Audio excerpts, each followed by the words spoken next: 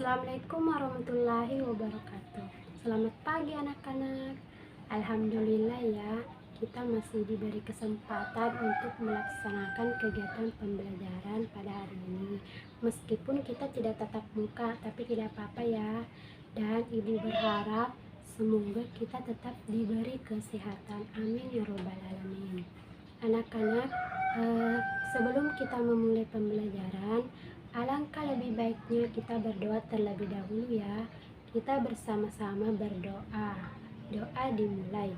Bismillahirrohmanirrohim. Robbis sidana ilman warzuqna fahman. Amin. Nah, jadi anak-anak, pada hari ini kita akan melaksanakan pembelajaran dengan materi organ gerak hewan dan manusia. Nah, dari materi ini ada 3 tujuan pembelajaran yang perlu kita ketahui terlebih dahulu. Yang pertama yaitu dengan mengamati gambar, siswa dapat mengetahui organ gerak hewan dan manusia. Yang kedua, siswa dengan membaca, siswa dapat menentukan ide pokok di setiap paragraf. Dan yang ketiga, dengan menulis, siswa dapat mengembangkan ide pokok menjadi sebuah paragraf secara runtun. Nah, mungkin dari kalian, itulah tadi tujuan pembelajaran yang perlu kita ketahui sebelum memasuki materi ya. Nah, mungkin dari kalian ada yang bertanya-tanya, apa sih itu gerak? Nah, perlu kalian ketahui bahwa gerak di sini, gerak atau bergerak adalah sebuah perubahan posisi atau perpindahan tempat dari tempat satu ke tempat yang lainnya. Nah, dengan organ gerak ini memiliki kegunaan yang sangat penting bagi hewan dan manusia. Kenapa? Karena dengan adanya organ gerak hewan dan manusia ini dapat membantu hewan dan manusia untuk melaksanakan aktivitasnya dengan baik, seperti berjalan, berlari, melompat, memegang, dan sebagainya. Nah, itu sangat penting ya, organ gerak ini sangat penting bagi hewan dan manusia.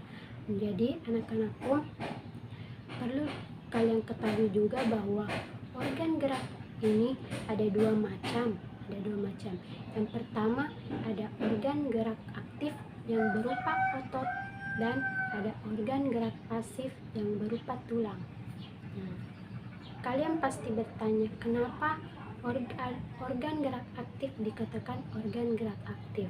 Nah, begini, organ gerak aktif dikatakan organ gerak aktif karena otot bekerja dengan sendirinya tanpa bantuan apapun. Sementara organ gerak pasif di sini tulang tidak dapat bergerak dengan sendiri. Jadi tulang bergerak dibantu dengan otot. Jadi itulah tadi ya, dua macam organ gerak beserta dengan penjelasannya. Nah, sekarang ibu akan menampilkan atau memberitahukan sebuah beberapa gambar dan kita tentukan organ geraknya. Gambar yang pertama yaitu gambar cumi-cumi. Nah, gambar cumi-cumi ini ada dua organ geraknya. Yang pertama yaitu ada tentakel dan ada mantel. Tentakel ini berfungsi untuk cumi-cumi berenang, sementara mantel ini mendorong tubuh cumi-cumi dengan menyemprotkan air dari rongga air. Jadi paham ya maksudnya? Nah, sekarang gambar selanjutnya yaitu ada kambing. Kambing ini hanya memiliki satu organ gerak, yaitu memiliki satu organ gerak yaitu kaki.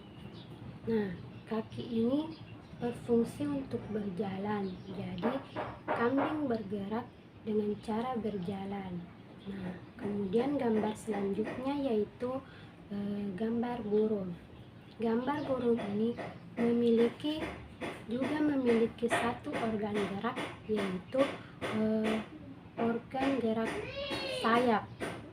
Sayap ini berfungsi untuk burung agar bisa terbang, karena burung bergerak dengan cara terbang.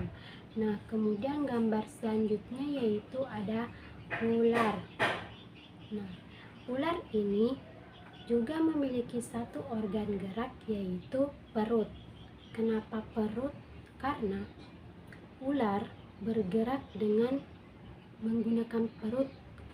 Ular bergerak dengan cara melata. Jadi organ geraknya itu perut ya. Nah, kemudian gambar selanjutnya yaitu ada ikan. Ikan di sini memiliki satu organ gerak, yaitu sirip. Sirip ini membantu ikan agar bisa berenang. Jadi ikan berenang menggunakan sirip. Nah, itulah tadi beberapa hewan dengan organ geraknya masing-masing. Ibu berharap kalian bisa mengetahui lebih banyak lagi hewan-hewan dengan organ geraknya masing-masing ya, dan juga kalian bisa mengulas kembali apa yang sudah ibu tadi sampaikan. Nah, kemudian ibu akan membacakan sebuah teks tentang organ gerak hewan dan manusia. Ibu akan bacakan satu paragraf, kemudian kita tentukan di manakah ide pokok dari paragraf tersebut. Nah, salah satu ciri dari makhluk hidup adalah bergerak. Secara umum, gerak dapat diartikan sebagai sebuah perubahan posisi atau perpindahan tempat dari sebagian atau seluruh bagian tubuh. Makhluk hidup akan bergerak apabila ada rangsangan yang mengenai sebagian atau seluruh bagian tubuhnya. Gerak pada manusia dan hewan menggunakan organ gerak yang tersusun dalam sistem gerak. Organ gerak berguna untuk berjalan, berlari, melompat, memegang, dan sebagainya. Nah, itu tadi satu paragraf yang sudah dibacakan. Mari kita tentukan di manakah letak ide pokok tersebut. Apakah berada di awal kalimat, di pertengahan kalimat, atau di akhir kalimat. Nah, jadi kita baca lagi dari kalimat pertama. Salah satu ciri dari makhluk hidup adalah bergerak. Kemudian kita baca kalimat terakhir. Organ gerak berguna untuk berjalan, berlari, melompat, memegang, dan sebagainya. Jadi kalimat pertama lebih mengacu pada ide pokoknya. Salah satu ciri dari makhluk hidup adalah bergerak. Jadi itulah ide pokok dari paragraf tersebut, berada di awal kalimat. Nah, jadi jika kalian sudah paham, kalian bisa melanjutkan beberapa paragraf berikutnya dengan menentukan ide pokoknya. Setelah itu kalian kembangkan ide pokok tersebut menjadi sebuah paragraf. Contohnya seperti tadi, salah satu ciri dari makhluk hidup adalah bergerak. Nah, kalian kembangkan ide pokok itu menjadi sebuah paragraf.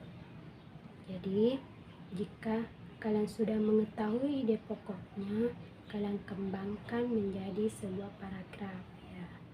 Jika masih ada yang kurang dipahami, mungkin kalian bisa menanyakannya di grup WhatsApp ya. Kalian bisa tanyakan di situ, bisa diketik, bisa melalui pesan suara.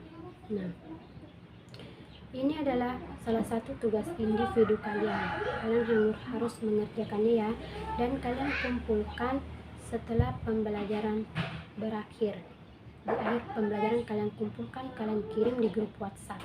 Nah, jadi pada pembelajaran kali ini kita dapat menarik kesimpulan bahwa gerak berfungsi untuk bergerak dan mendukung aktivitas sehari-hari yang akan bekerja sama untuk menghasilkan suatu gerakan. Organ gerak ini ada dua, organ gerak aktif dan organ gerak pasif. Nah, itulah pembelajaran kita pada hari ini.